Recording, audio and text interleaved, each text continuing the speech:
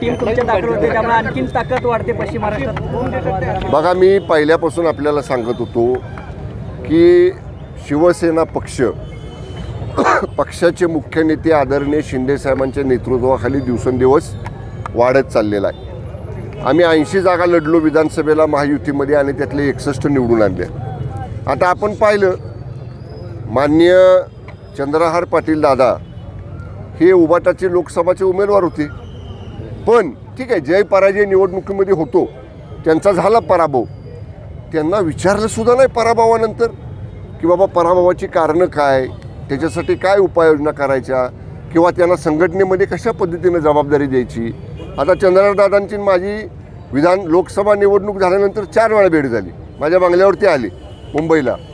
तसे माझे जुने मित्र आहेत. नाराजी होती त्यांच्या मनामध्ये की कुणी साधं विचारत पण नाही ह्या पक्षामध्ये. म्हणजे निवडणुकीपुरतं आम्ही चाललो आणि निवडणूक झाली की आम्हाला कोणी विचारलंच नाही. आता खरं चंद्रहारदादा पाटलांच्या सारखा कुणाच्या बरोबर ते कायम असायचे, कुणाबरोबर असायचे? माननीय उद्धव ठाकरे साहेबांपेक्षा जो सकाळचा भोंगा वाजतो त्या भोंग्याच्या बरोबर असायचे. आता खरं आज मला आता शंका येते, चंद्रहारदादांचा प्रवेश झाला की उद्धव साहेब पहिला प्रश्न विचारतील 9च्या भोंग्याला की हे कसं झालं. त्यामुळं आता तुम्हाला सांगतो, चंद्रहार पाटलांचं कुस्ती क्षेत्रामध्ये चांगलं काम आहे. चांगलं कुस्ती संकुल ते स्वतः त्या ठिकाणी त्यांच्या गावामध्ये उभं करतात. त्याच्या बाबतीतलंही त्यांनी मला माहिती दिली. तर नक्कीच आदरणीय शिंदेसाहेबांच्या नेतृत्वाखाली मान्य चंद्रहार पाटलांचा योग्य मान सन्मान शिवसेना पक्षामध्ये राखला जाईल. भोंग्याला कंटाळूनच त्यांनी शिवसेना सोडल्या, म्हणजे उबाटा सोडल्या असं वाटतं. असं मी आत्ता जी आपल्याशी बोललो त्याचं कारणच ते आहे की हा अनावश्यक भोंगा आहे. जो भोंगा, ज्या भोंग्याला आता महाराष्ट्रातले उबाटातले सैनिकसुद्धा कंटाळलेले आहेत. जेवढे उबाटामधनं शिवसेनेमध्ये पदाधिकारी येत आहेत, पहिल्यांदा सांगतायत की ह्यांना कंटाळून आम्ही आलो, ह्यांचं आम्हाला योग्य वाटत नाही. त्यामुळं आता हे मान्य उबाटाचे पक्षप्रमुखांनी ठरवायचं काय करायचं ते. राज ठाकरे आणि उद्धव ठाकरे दोघे एकत्र येतात. काल बोललोय मी त्याच्यावर, कालच बोललोय. उभारी मिळेल असं वाटतं का? हे बघा, राजकारणामध्ये काल मान्य शिंदेसाहेबांनी काय सांगितलं, ज्याला त्याला ज्याच्याबरोबर राजकीय पक्षाला युतीला आघाडी करण्याची मुभा आहे. जोपर्यंत उबाटा आणि मनसे यांच्या बाबतीतली दोन्ही पक्षांची अधिकृत भूमिका त्यांच्या पक्षाच्या अधिकृत प्रवक्त्याकडनं पुढे येत नाही, तोपर्यंत आम्ही त्याच्यावर भाष्य करणं योग्य नाही. म्हणतात एकनाथ शिंदेने पण एकत्र यायला पाहिजे. जोपर्यंत मनसे आणि उबाटाची अधिकृत भूमिका बाहेर येत नाही, तोपर्यंत शिवसेना म्हणून आदरणीय शिंदेसाहेबांच्या नेतृत्वाखाली आम्ही आमची भूमिका योग्य वेळी त्यावेळी मांडू. ओके, धन्यवाद. शिंदेसोबत गेले म्हणजे हे संजय राऊतांची नाचक्की आहे. तसेच चंद्रहार पाटलांची चांदीची गदा दिली होती, त्या गदेला भाळून उद्धव ठाकरेंनी उमेदवार दिले, असे त्यांच्याच सेनेतील पदाधिकारी सांगतात. आता बघा, त्यांच्याजवळ होते तोपर्यंत बोलले का? चंद्रहार पाटील उबाटा गटामध्ये असताना का नाही ह्याचा उल्लेख त्यांच्या लोकांनी केला? आता त्यांनी उबाटा सोडलं की त्यांना नाव हेच आहे ना, आम्ही त्यांच्याबरोबर होतो तोपर्यंत चांगले होतो.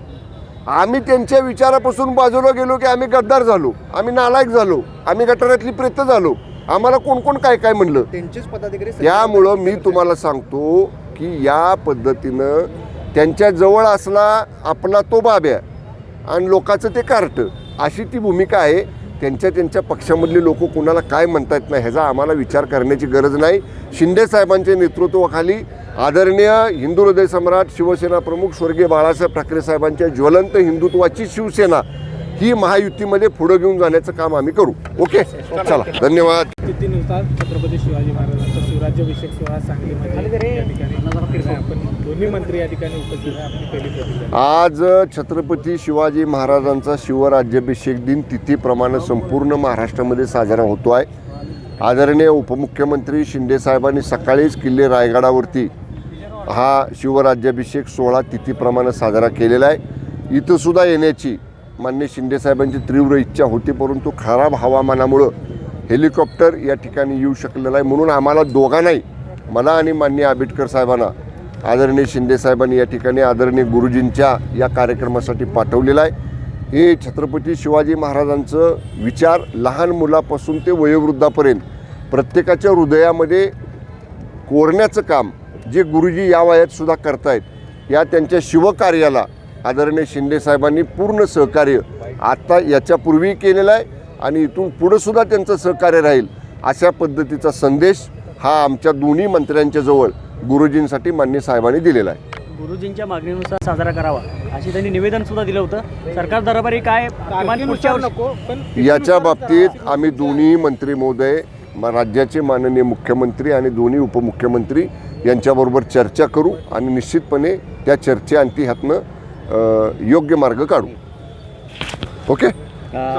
उद्धव ठाकरे छत्रपतींच्या पुतळ्याजवळ नको, तुम्ही नंतर विचारा तुमच्या प्रतिनिधीला, सकाळी बंगल्यावर पाठवा माझ्या, काय असेल ते उत्तर म्हणजे तरी सुद्धा शिवसेनेमध्ये इन्कमिंग वाढलेलं आहे. आज मग खाली घेऊया. इथं नको.